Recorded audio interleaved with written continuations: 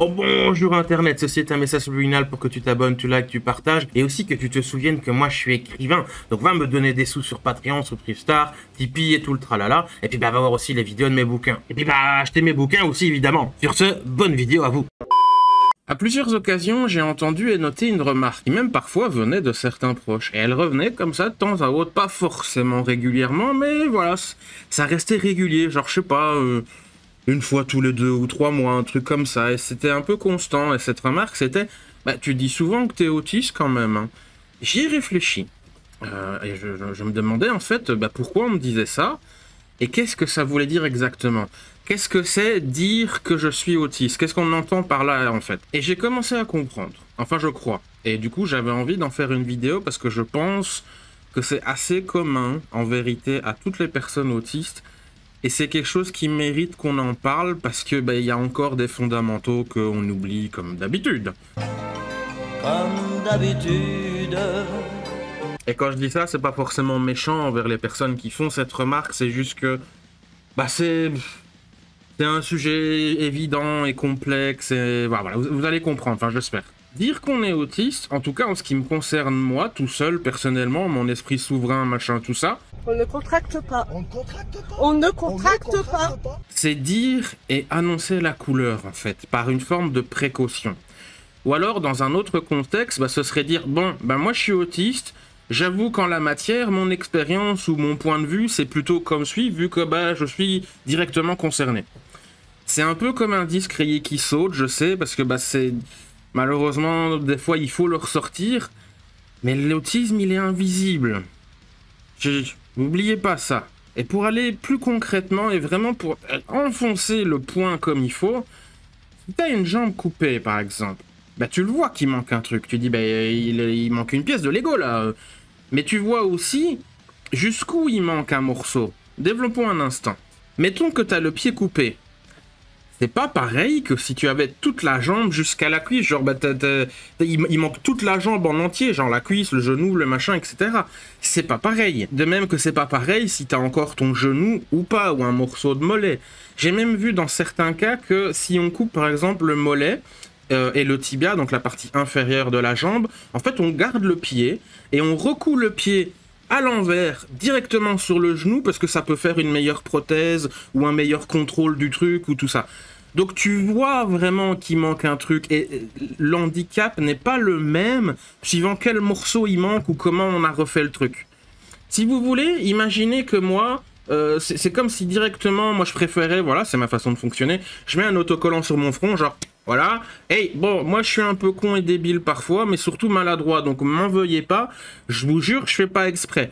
Par contre, si vous voulez parler de Pokémon, je suis prêt à faire 4 nuits blanches d'affilée pour simplement le plaisir d'en parler, parce qu'en plus, j'ai trop une théorie folle au sujet de Palkia et d'Alga, parce que tu vois le lien entre les autres Pokémon légendaires, parce que tu vois, on est d'accord, lui, il a des propriétés de faire revivre les morts, et du coup, en fait, on pourrait... Voilà, j'espère que la métaphore ultra lourde et un petit peu théâtrale est compréhensible, mais voilà, c'est un peu ça, on va dire. Un jour je serai le meilleur dresseur. C'est une démarche de présentation et d'honnêteté, un brin de prévention aussi, ou peut-être une demande d'indulgence. Voilà.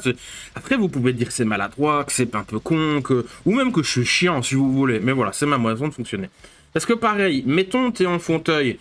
Certains, ils arrivent à se lever, faire quelques pas, ou même parfois ils font une centaine de mètres et finalement ils craquent et ils ont besoin d'un fauteuil. Donc le handicap invisible, c'est vraiment ça. C'est un concept à part entière parce que seuls ceux qui le vivent ou qui ont des proches qui l'ont vécu, ils savent en fait que c'est pas du tout la même chose, que c'est un truc vraiment spécifique, et ils peuvent aussi comprendre, dire ok, alors toi t'es comme ça, mais t'as eu un truc qui fait que c'est un peu allégé, donc ils peuvent avoir une meilleure compréhension et vision de la capacité de la personne. Ceux qui n'ont pas, ou ceux qui peuvent pas voir la personne, qui la connaissent pas, qui n'ont pas de proches et tout, ils ont aucune idée. Ils ont aucune idée, c'est comme... Allez, une dernière métaphore débile. Si t'es musicien, si t'es fan de musique et que t'es à fond dans ton truc, forcément à un moment tu vas jouer du tambourin en faisant de la fausse batterie. Il y a que ceux qui adorent la musique qui peuvent comprendre ce besoin-là. Bon, alors la tournée commence à Nancy. Et après, on va où? Après on prend le bus si on veut. Merde Gérard, tu veux bien arrêter de taper sur cette putain de chaise? Ta gueule mec, je tape où je veux. Alors, il me fait plaisir de vous présenter le directeur de l'hôpital. Gérard, vous voulez bien arrêter de taper sur votre chaise roulante? Un autre truc important, c'est que parler de son autisme, c'est pas non plus se déresponsabiliser ou demander un traitement de faveur. Bon, je vais être honnête, des fois, franchement, quand je vois certains, oui, c'est un peu ça. Je combats d'ailleurs ça, mais dans l'écrasante majorité des cas, non, c'est vraiment... Je prends mon exemple, voilà, en ce qui me concerne, mais je sais que d'autres font ça comme moi, même si là je parle comme mon nom, c'est comme dire, hey, j'aime bien les Tortues Ninja. C'est une façon de dire qui n'a pas de motif ultérieur que juste dire, je suis désolé si je vais paraître un peu bizarre. Est-ce que le timing et la façon dont on le dit peut être inapproprié, maladroite, ou on peut juste de temps en temps dire « Non mais c'est bon, tu me l'as dit 14 fois, j'ai compris, ça suffit, arrête ». Oui, bien sûr, totalement. Ça m'est déjà arrivé, moi, de dire « Ah ben je crois que c'était pas nécessaire, là, j'aurais dû fermer ma gueule ». C'est comme si tu disais 25 fois « Hey, t'as vu, j'ai les cheveux blonds. Hey, t'as vu, mes cheveux, ils sont blonds. T'as vu, ils sont jaunes. En fait, c'est blond comme les blés. » On a compris, merci. Pourquoi tu le répètes tout le temps? Ta gueule, c'est... Bien. Vous connaissez ma femme? Oui, chef. Elle est belle, hein? Oui, chef. On peut être maladroit, on peut...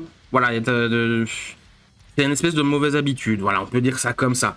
Mais quelque part, ça rejoint encore la chose, le concept d'annoncer la couleur, qu'on va être maladroit, qu'on va pas comprendre tous les signaux, qu'on va se planter, qu'on va mal juger, mal comprendre. Moi, je préfère, parce que regarde, si tu dis, voilà, t'es autiste, bah, la personne, elle peut anticiper. De la même façon que si tu veux inviter quelqu'un au restaurant, mais tu sais qu'il est handicapé, qu'il est en chaise roulante et tout, tu vas pas lui proposer de faire un resto ou une sortie en forêt avec 50 marches à monter avant de pouvoir t'installer, de poser quelque part. Ben voilà, c'est pareil. Moi, c'est la même chose. Et j'ai envie aussi de briser les tabous parce que beaucoup ne savent absolument pas ce que c'est l'autisme, ou ont des idées à côté de la plaque, où ils se rendent pas compte de la réalité, où ils pensent que c'est du fake, etc., etc., etc. Faut remettre les pendules à l'heure un peu, et surtout quand tu as certains qui se disent défenseurs de l'autisme, et en réalité ils cassent tout ce qui a été fait en la matière, voire même font un retour en arrière des choses. Alors oui, c'est pas un handicap et machin, tout cela, bref. Bye, Miss Laura. Puis vous avez vu un autre truc.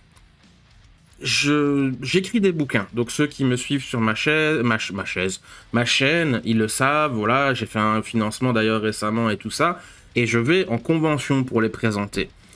Quand des gens prennent ma carte de visite, ce qui est quand même relativement fréquent, ben, il y a tous mes réseaux. Il y a le nom de ma chaîne YouTube, il y a mes trucs Twitter, il y a machin, il y a ma petite image jolie pour présenter, et du coup très rapidement...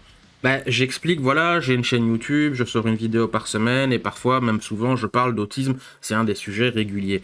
Et là, sans déconner, à ce moment où je dis ça, quand les personnes prennent ma carte de visite, pratiquement une fois par convention, pratiquement, au minimum, des fois c'est même plusieurs fois par convention, il y a les yeux des personnes qui s'ouvrent en grand, ils s'illuminent. J'ai carrément eu des personnes qui ont dit « Ah oui, toi aussi t'es autiste !» Ou alors Asperger, je parie, non. Voilà, j'en ai eu 2-3 comme ça aussi qui m'ont dit « Mais justement, je suis en période de diagnostic, ça m'intéresse. » Je compte pas non plus le nombre de parents, ça j'en ai eu plein et à chaque fois j'ai eu presque les larmes aux yeux des parents à qui j'ai causé, qui ont des gamins autistes et qui m'ont, en l'espace de je sais pas 5-10 minutes qu'on papote sur mon stand, ils m'ont fait part de leur détresse ou même de l'enfer dans lequel ils ont, ou le sentiment de colère, d'injustice, d'impuissance dans le système médical, éducatif, associatif, bref. Je dirais pas que les autistes sont partout, c'est faux, mais par contre, oui, ils sont présents. Voilà, de temps en temps, j'en vois et je sais que voilà, que vous êtes là. Je sais que vous êtes là. Je le vois à chaque fois dans leurs petits yeux, une petite lumière qui s'allume, genre, oh, enfin, peut-être, de l'aide, de la compréhension. Oh, mes pauvres petits bouts de chou. Comme je vous comprends, comme j'ai de l'empathie, comme vous imaginez pas parce que j'étais à votre place. J'étais à votre place. Le truc d'être tout seul, plus savoir où aller, quoi faire. Bon, à la fin, on sait même plus comment on s'appelle. Genre, est-ce que mes sensations de qui je suis, c'est vraiment moi? Ou alors je me cherche des excuses parce qu'on m'a dit. À la fin, on sait plus. C'est genre, je suis Robert ou Jacqueline? Je vous comprends tellement. Et j'ai tellement de la peine pour vous parce que c'est exactement ça. C'est ce truc précis qui fait que moi j'ai envie de faire mes vidéos sur l'autisme. C'est vraiment le point principal. Parce qu'il y en a marre de voir cette souffrance et cette détresse que moi j'ai eue.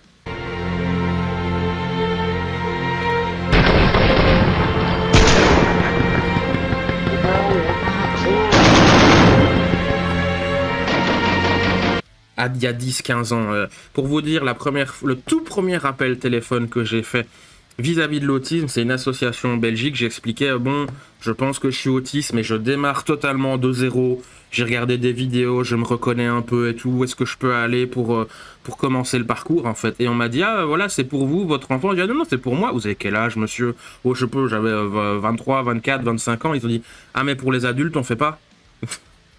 Et moi, j'étais là. Gros silence au téléphone, genre, du coup quoi, je vais me faire foutre? Enfin, j'étais à votre place, paumé, désespéré, aux abois, en souffrance, et je me disais, mais je me tire une balle, je saute par la fenêtre, en fait, c'est quoi? J'ai pas le droit à la vie, j'ai pas le droit au bien-être, qu'est-ce qu'il y a? Je pue? Bon, dès qu'en convention, je pue un peu vu comment je transpire, mais... Qu'est-ce que je vous comprends, les gens? Perso, ça me fait toujours beaucoup de bien de savoir que même si je suis dans l'incapacité de régler vos soucis, ça, que ce soit clair, hein, moi je peux pas régler vos problèmes. Hein. Déjà les miens, c'est compliqué, mais je peux essayer d'être au moins un petit plus positif dans votre histoire, de légèrement faire avancer le schmilblick ou voilà, faire un peu un sentiment que vous n'êtes pas tout seul dans cette galère, partager des témoignages ou des situations que vous aussi vous avez connues, parce que c'est une galère éternelle l'autisme, on sera toujours avec, et franchement déjà rien que ça, si je peux faire plus tant mieux, mais déjà ça, moi je suis très heureux parce que je voudrais arrêter en fait que les personnes autistes qui sont dans un néant et ouais, dans une espèce de labyrinthe médical et social et tout ça, bah que vous oubliez pas, il y a une sortie quelque part. Ça, je dis pas que vous allez pas souffrir. Hein. Oh putain, vous allez probablement souffrir. J'espère le moins possible. Mais la sortie existe parce que ben, j'en suis l'exemple en fait.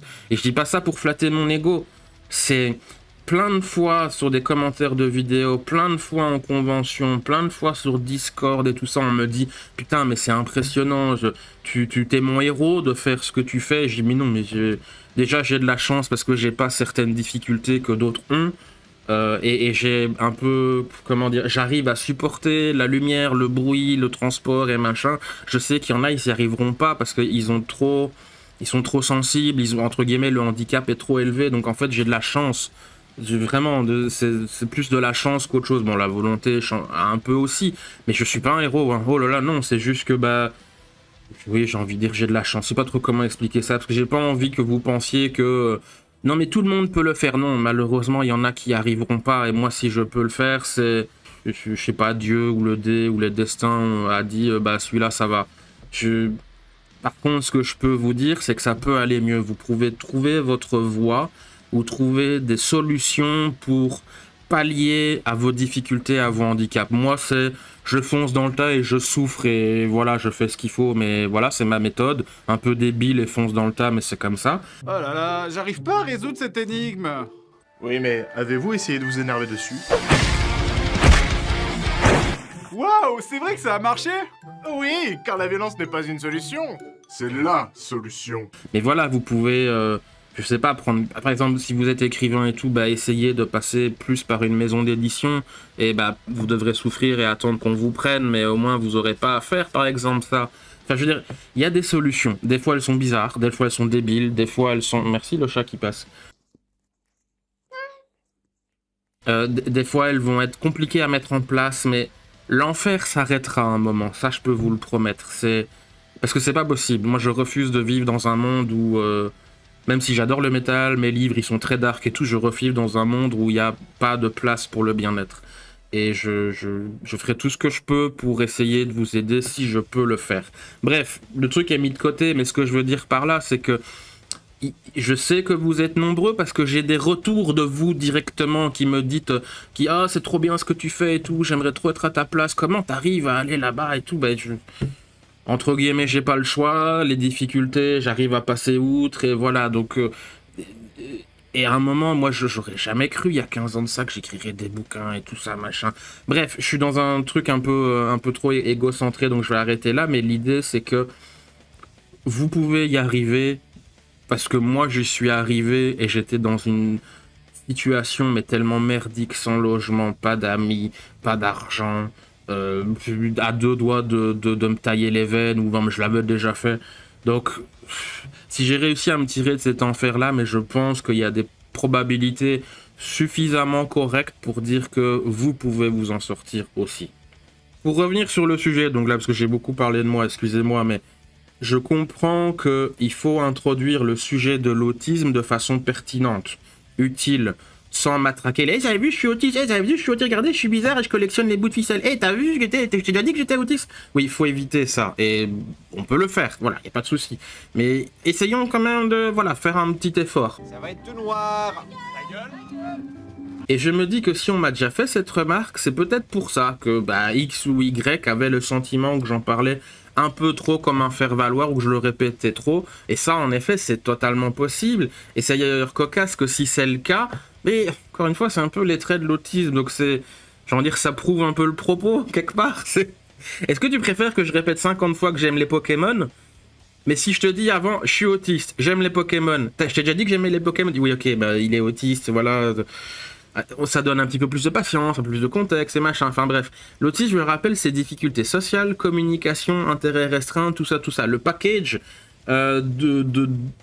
le récipient et la recette parfaite pour faire des situations sociales bizarres où on comprend aucun signal. Donc, si t'annonces la couleur, c'est déjà un peu mieux, non? Enfin, je sais pas. Raison numéro 2, ouais. Regarde ce que je sais faire. Mais je ne vois pas le rapport avec la situation. Non, il est bon, là.